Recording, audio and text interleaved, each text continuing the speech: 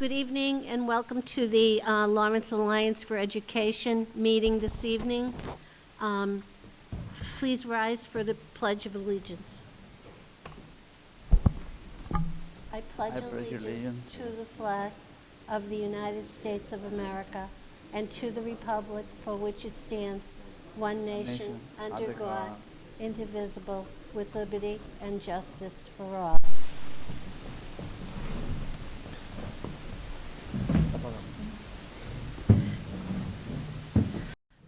This evening for public participation, and I'd like to call on Mr. Marley, please.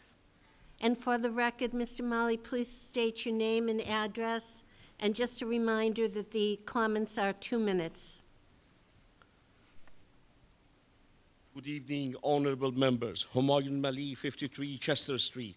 In this important budget hearing for Lawrence Public School, we the citizens are grateful for impeccable leadership by Honorable Superintendent Cynthia Paris, one of the best superintendents who ever been in our public school. From the Columbia gas crisis to the pandemic crisis, the Honorable Superintendent fundamental philosophy of 100 days just listening to our citizens, to our teachers, and to employees of Lawrence Public School. Review of the Lawrence Public School budget, we must go behind the numbers. In the face of the challenges of past pandemic, we the citizen demand fair compensation for Lawrence Public School paraprofessional. We the citizen demand the best contract for our teachers and their union. Every Laurentian, when heard the testimony of Lawrence Public School paraprofessional from this podium, they are suffer from inequality in the pay. We hire people off the street, pay them more. We have to have equality in the payment. The challenges of pandemic showed us the best leadership of Honorable Superintendent Cynthia Paris that continuously in the dark days of the pandemic lead our public school to highest triumphant in this academic success. Now, our community united to support the best leadership of Honorable Superintendent Cynthia Paris. We discover how great our Lawrence teachers and their union are, how much sacrifice, how much hard work they have done for our children. We offer the best competitive salaries for Lawrence teachers and their union. In the budget hearing, we must remember that our public school nurses, they sacrifice a lot during the pandemic. Also in this budget hearing, we have to improve the quality of nailing of the language barrier by our citizens. So we enable all our citizens be able to participate in improving our public education. As great genius Benjamin Franklin said, any investment in education has the highest number of the return. We are in this budgetary hearing, we must really listen to our teachers and their need. We hope to have the best budget for our children, the most focused budget. Remember, approaching warm weather in many schools such as Frost, they don't have no air condition. We need to have the facility planning to have the improve the quality of the facility in our Lawrence Public School. Lawrence always is strong, Lawrence always unite. Thank you. Thank you, Mr. Malley. That concludes our public participation for this evening. The purpose of this meeting tonight is a budget hearing for the fiscal year 22-23. I'd like to turn it over to the superintendent. Thank you. Tonight we're pleased to present the proposed budget for the fiscal year 22-23. First, let's do a little bit of context setting and review of our process. As a reminder, the budget process started in December with the leadership team and the budget subcommittee developing priorities. In a moment, we're going to review those. Followed by school department leads and schools getting access to their funding. Next, we met with all school leaders and their teams and listened to their goals as they were aligned to the budget priorities and listened to their requests as they were aligned to all of their goals. Tonight, we also met with a various list of stakeholders. In a moment, we'll share that with you as well. And tonight, we're pleased to share the budget. With respect to the next steps to the process, next week, we will continue this conversation and hope for a favorable vote to then bring it to our city council. We've met with various stakeholder groups, including families, students, and of course, staff members. As you can see from this list, that conversation started pretty early on. We were able to share with our stakeholders the different funding sources, specific also to the ESSER funding, and of course, entitlements and general funds.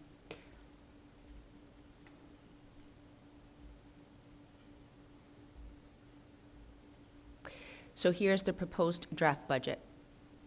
Chapter 70, you can see where we are for 2022 and the proposed 23 and our variance. The required city contribution and that variance. That equals to the total net school spending. And then the less qualifying city cost. We reviewed this with you all a few months ago. This is just up here for a reminder of what that is. But in summary, the total budget for FY 22-23 is $230 million, $794 and $148. These are the 4 priorities. You'll notice that these priorities are multi-year. We had these last year. And because we were mostly remotely last year, we continued to work on these. Student achievement remains a priority. Student supports. The board also has made it a priority to grow a culturally responsive workforce. And then our bread and butter here, deepening the family and student partnerships. Unpacking those different priorities. Under student achievement and priority number 1, here's some examples of resources that the funds will be able to afford. As an example, we have 20 teachers under science, math, and ESL. You see the other list here, including interventionists. These are the folks who will continue to work with our students in small groups and address any learning gaps. You also see here that we've invested funding in professional development. And you also see here that we are investing in additional curriculum and digital resources.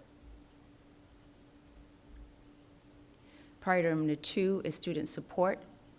The additional FTEs include special education teachers. It includes adjustment counselors. This falls under social emotional learning. It includes LPNs and CNAs. It includes crisis paras. These are the support personnel also for students. BCBAs under behavioral health. Additional professional development, and of course, expanded summer school. In priority number 3, we have been able to offer tuition reimbursement for paras to become teachers. We're going to continue to engage with Blackprint in the equity audit and use those findings to drive additional professional development. And of course, our commitment to restorative justice is included here. Lastly, to deepen family and student partnerships, we've added additional FTEs. These are all school-based. We're going to continue to offer the LFISS-Parent education program and other programs like Play to Learn. These are just examples of the many things that these resources are going to be, these funding will be used for the resources to our schools. So we're happy to entertain questions on the proposed budget. I'm joined tonight by my colleagues who are here also to answer any specific questions that you all might have. All right, I'll open it up to the members that are here. Mayor, do you have any questions? No, I don't have a question because I attended to the meeting at my office. Any question, I did it. All right, Maria? I don't have questions on this part. Messiel, could we ask questions on the budget book itself? Do you have? You go ahead. Ventura, any questions? Yeah, thanks, Pat. I do have a few, and just apologies that I'm not there in person. We're dealing with some COVID in the household, so just trying to manage that and not get anyone sick on the LAE. But I hope to be there in person next week. I just wanted to say, first of all, thank you, Superintendent Maciel, the team. I mean, the budget book is, very detailed, thorough. Had a chance to look through it, and I love both the overview and then some of the the details on the school side. Given that this is one of the numerous forms of public engagement, I just want to make sure that we're asking questions for just clarity all around. I think I just wanted to sort of point out and ask questions around a few things. I think one, just in general, page 6, I think caught my attention and is important, I think, for folks to look at, because we anticipated that during COVID, and we knew that enrollment was an issue, not just here, but throughout the Commonwealth. And so just confirming that the number of students that this budget that the Commonwealth is calculating net school spending is that 12,786, correct? Which is lower than FY20, but just again, to put in context that FY21 and 22 are years that we and many other districts have seen decrease enrollment as an impact of COVID.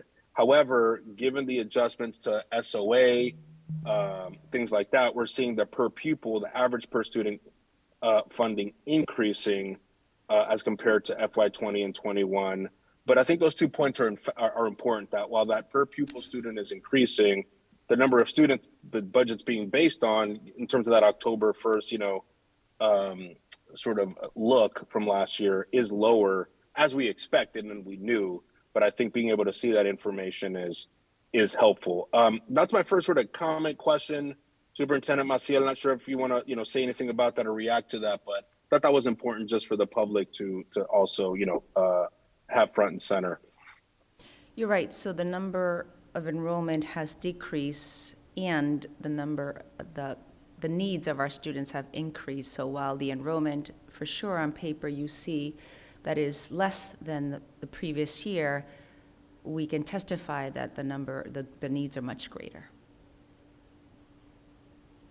Yeah, I know when we talked about it as a board over the last couple of years, anticipating this, because again, the enrollment was decreasing throughout the Commonwealth. I think we were hoping that, the state would take into consideration, that enrollment was dropping. But I guess by adjusting through, the SOA formula, the increase in per student, I guess that's a way to account for that. But just again, for folks to see and make sure that the public is clear on that.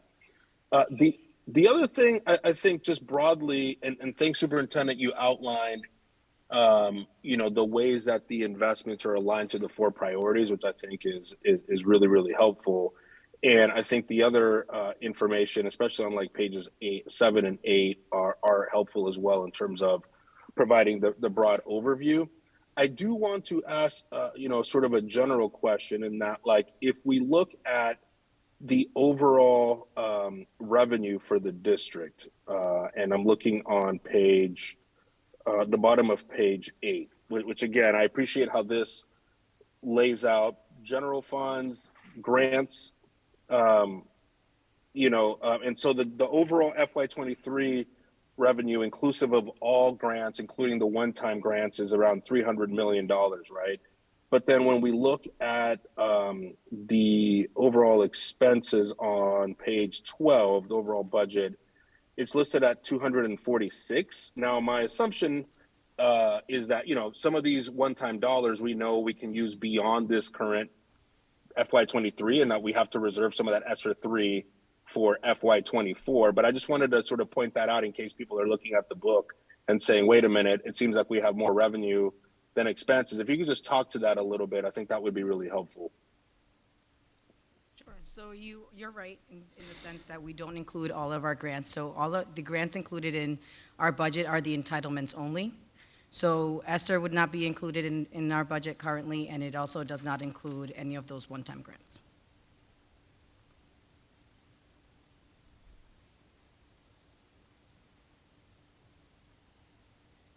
Ventura? Yeah, sorry. I think it's because I'm on the phone, or I mean on Zoom. I'm having a hard time hearing Sure. the mic that Maciel is using.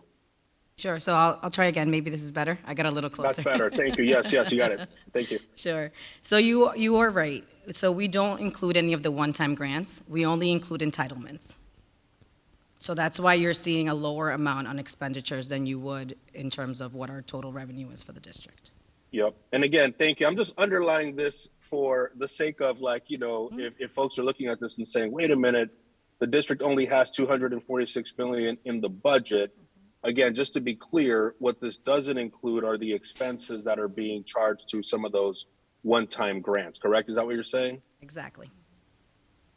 Right. Exactly. Okay. I just want to be clear with the public, and I think the budget book, I think, is super helpful.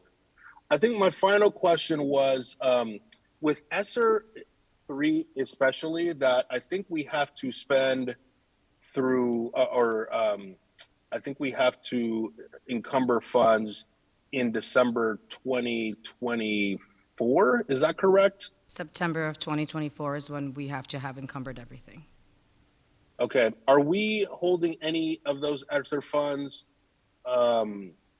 for, you know, potential allocation in that July, August, September of 24, or in terms of what we're planning on spending, are all of those funds accounted for here, or, you know, in the spending plan? So, I mean, in the sense that we'll probably be covering summer school right before that ends, and things that will happen over the summer, and EPD that will happen over the summer.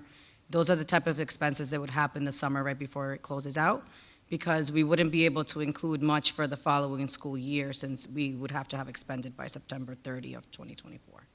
Yep. Great. And then the final question I had is, you know, one of the areas that I think you all have talked a lot about, and so we anticipated it in seeing a large variance, is in the purchase services, right? That seems to be increasing by about 8 million. Can you just talk a little bit about those services, like, you know, what types of services we have purchased, continue to purchase? That would be helpful to break that down a little bit.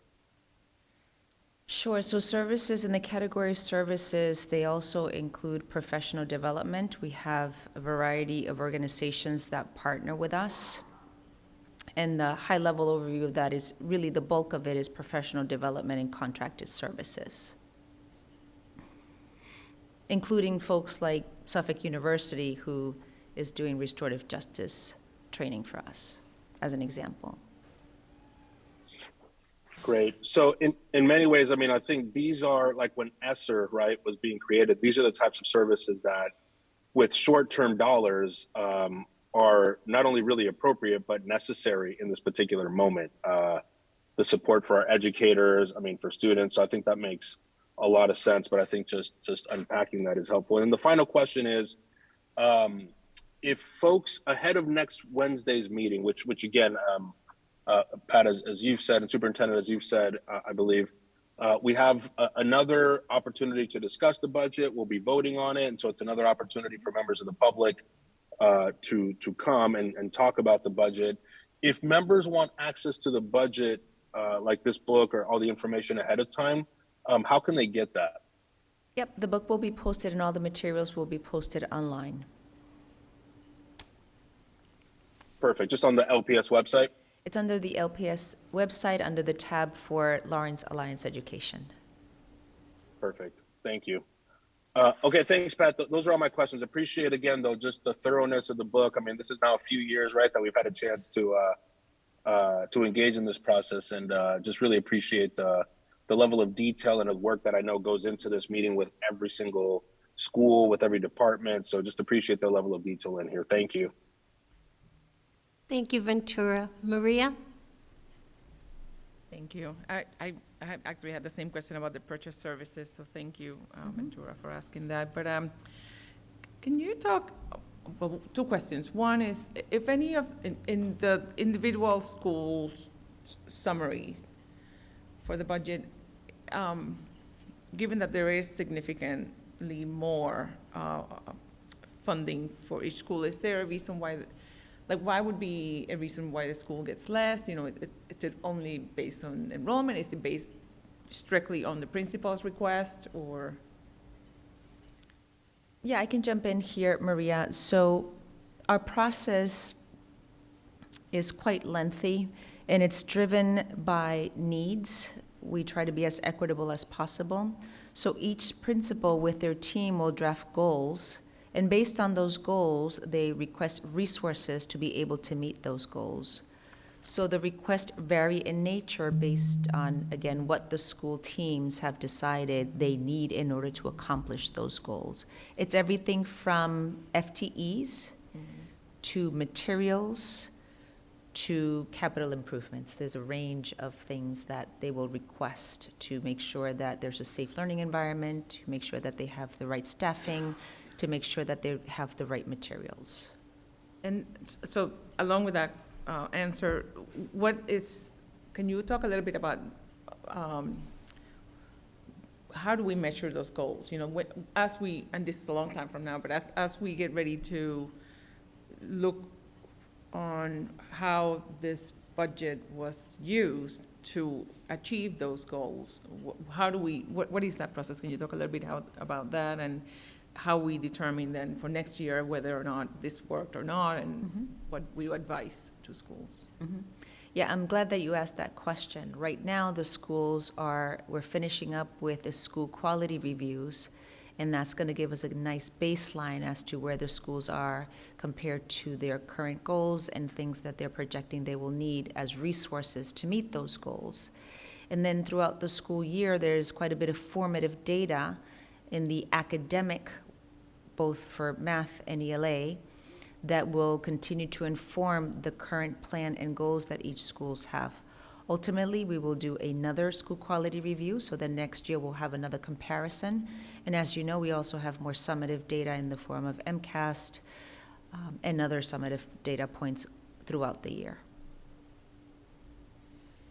Thank you. I'm new to the process, Yes, so I yes, look it's forward to helpful. it. Thank you. All set? I'm good. Okay. Well, I came with my book with my pink tab. We expected that. But I'm not, I had the opportunity to ask many of these questions at the subcommittee meeting. But there was one in particular that I was concerned about, and that was too many pink tabs. The therapists and assistants, where there was a difference between page 12 and page 77. On page 12, we were increasing 1, and on page 77, I believe the breakdown shows an increase of 3. I'm jumping to 77 now so I can follow. Oh, Pat, can you give me the actual heading, because I'm on the budget book version that we Oh, sent okay. yesterday, and I think you're on the... On 77 is the Department of Special Ed, and then on page 12, it's the Lawrence Public Schools, the general. Oh, okay. So the nurses are actually distributed out through the schools. So if you look at the nurses and what's in there, they're not always sitting in SPED. Sometimes they sit in the local budget amongst the schools. No, it's the therapists, I'm sorry. Yep, same Oh, thing with the okay. therapists. Sometimes the therapists are not always in the SPED budget. Sometimes they sit in. So let me move over into your.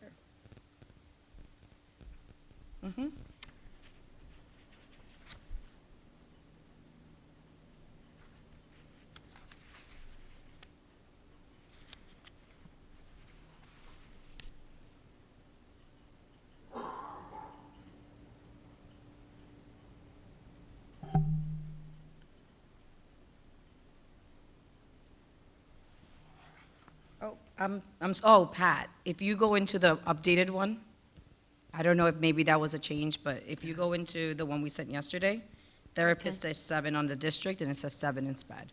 All right. So I'm not sure if maybe, I didn't change anything with those in between. The only change I made was the nurses, so I'm not sure if, I'm not sure what could have caused a discrepancy between the one you have now and the one I have, and the one we And- sent yesterday. And just on page 4, if you remember, we discussed the programs that we were going to fund through the Student Opportunity Act. And I believe I asked if it was possible to have a breakdown as to what percentage of that funding went to each one of those priorities. Sure, so that's something we'll be able to have for you next week, or I believe the superintendent said May, but I could probably see how we could get something together for next week Okay. to break those out. And I believe the rest of my questions were answered. Yeah. Just, if I can indulge. Oh, the attendance, there was an issue with some of the attendance.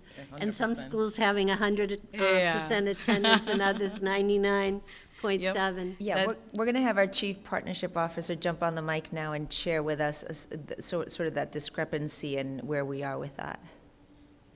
So Juan Rodriguez, who now chairs what we know, the FRC, has been doing his homework on that and will help us unpack what that is. So, I started working with IT to look up the attendance numbers from last year, Ms. Mariano.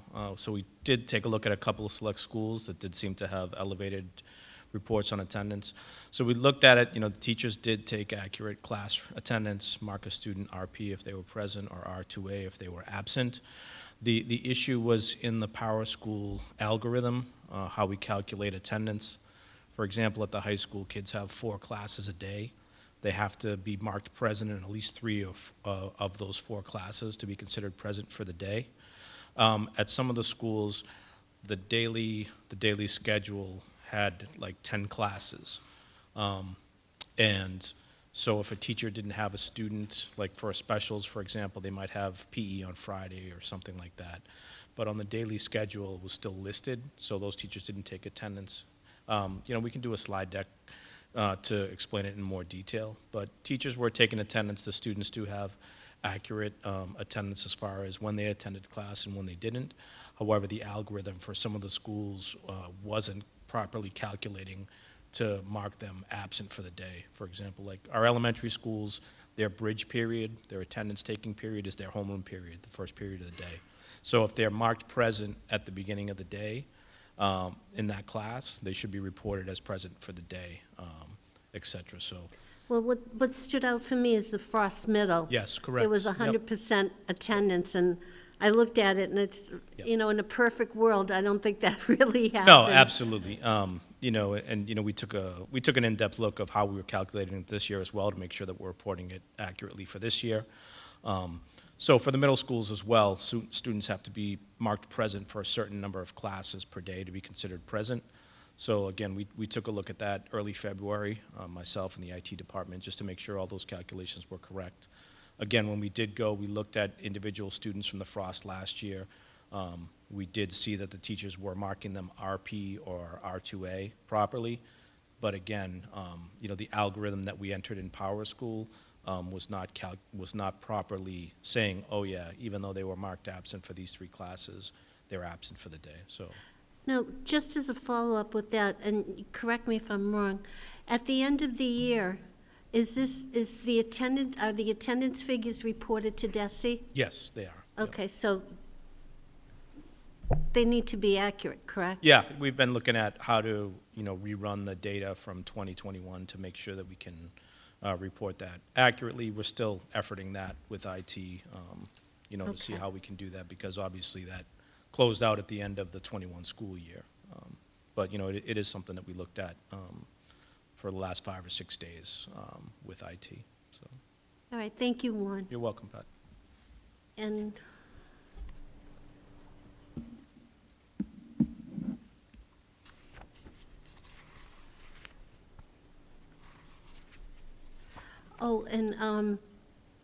Messiel, one more question. Yeah, The Up Academy Oliver had no nurse listed.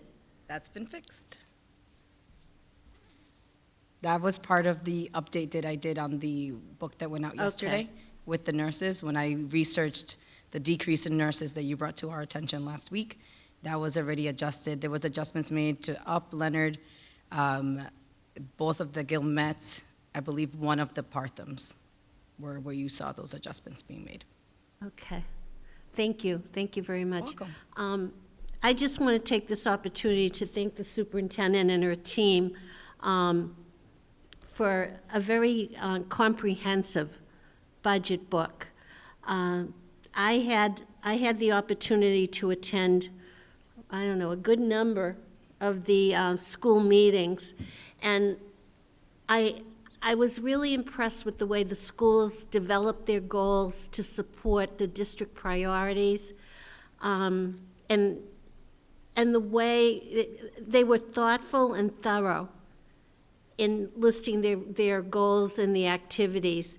And what was significant, too, to me was that if the leadership team felt that maybe their goals were not hitting the target, you guys were there to support the schools, which to me is a very, very important aspect as a former principal. That support means a lot. My favorite part, you know what it is, the wish list. And I hope most of the schools get what they wished for, because it wasn't fluff. It was, very thoughtful and things that would mean a lot to help them achieve their goals. So again, I want to thank you, Superintendent and Messiel and the entire leadership team for doing a great job. Thank you. Thank you. Maria?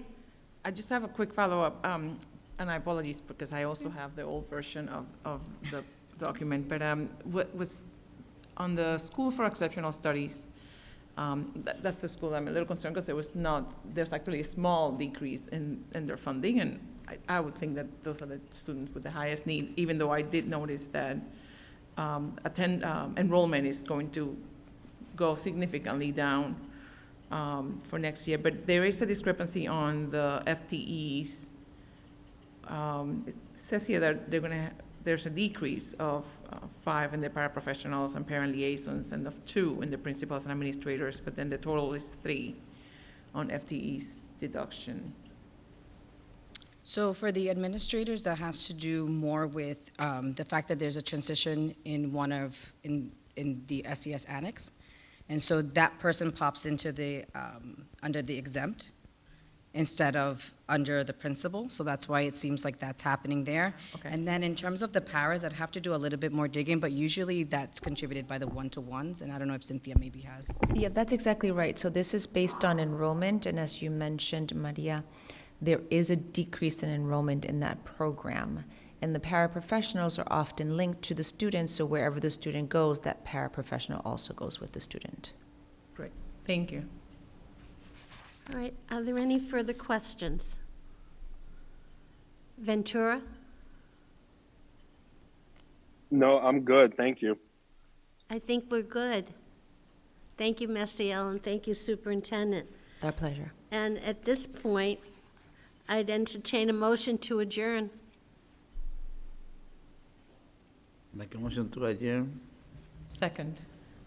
All in favor? Aye. Thank you, and good evening, everyone. Thank you for being here.